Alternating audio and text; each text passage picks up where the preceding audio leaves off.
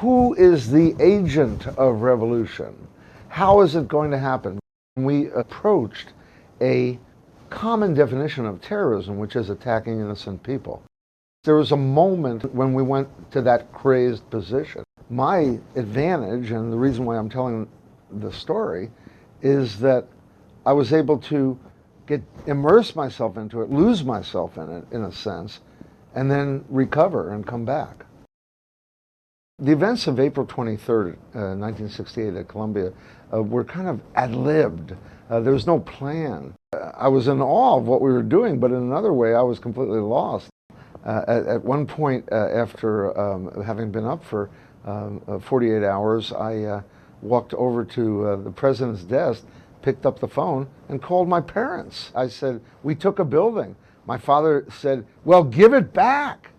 After Columbia, we thought, wow, we had the key to make everything happen.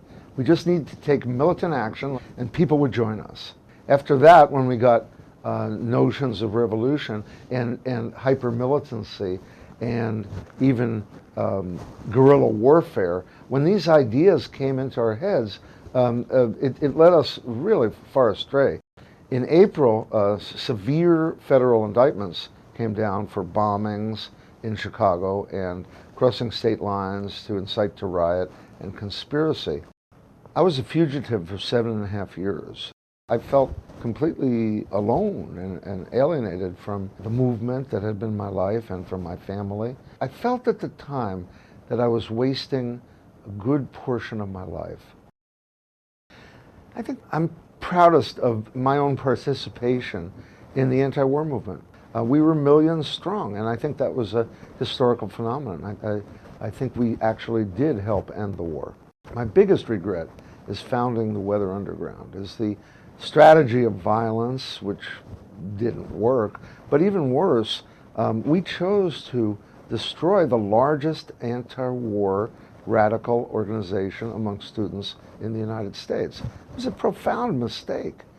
My own motive in writing the book was to tell the story. I think it's a terrific story that speaks for itself.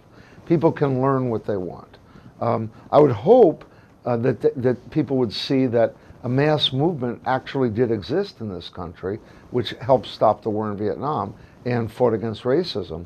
It was in the long line of mass movements, and it took a lot of effort and a lot of organizing. I hope that people can see that it's possible again.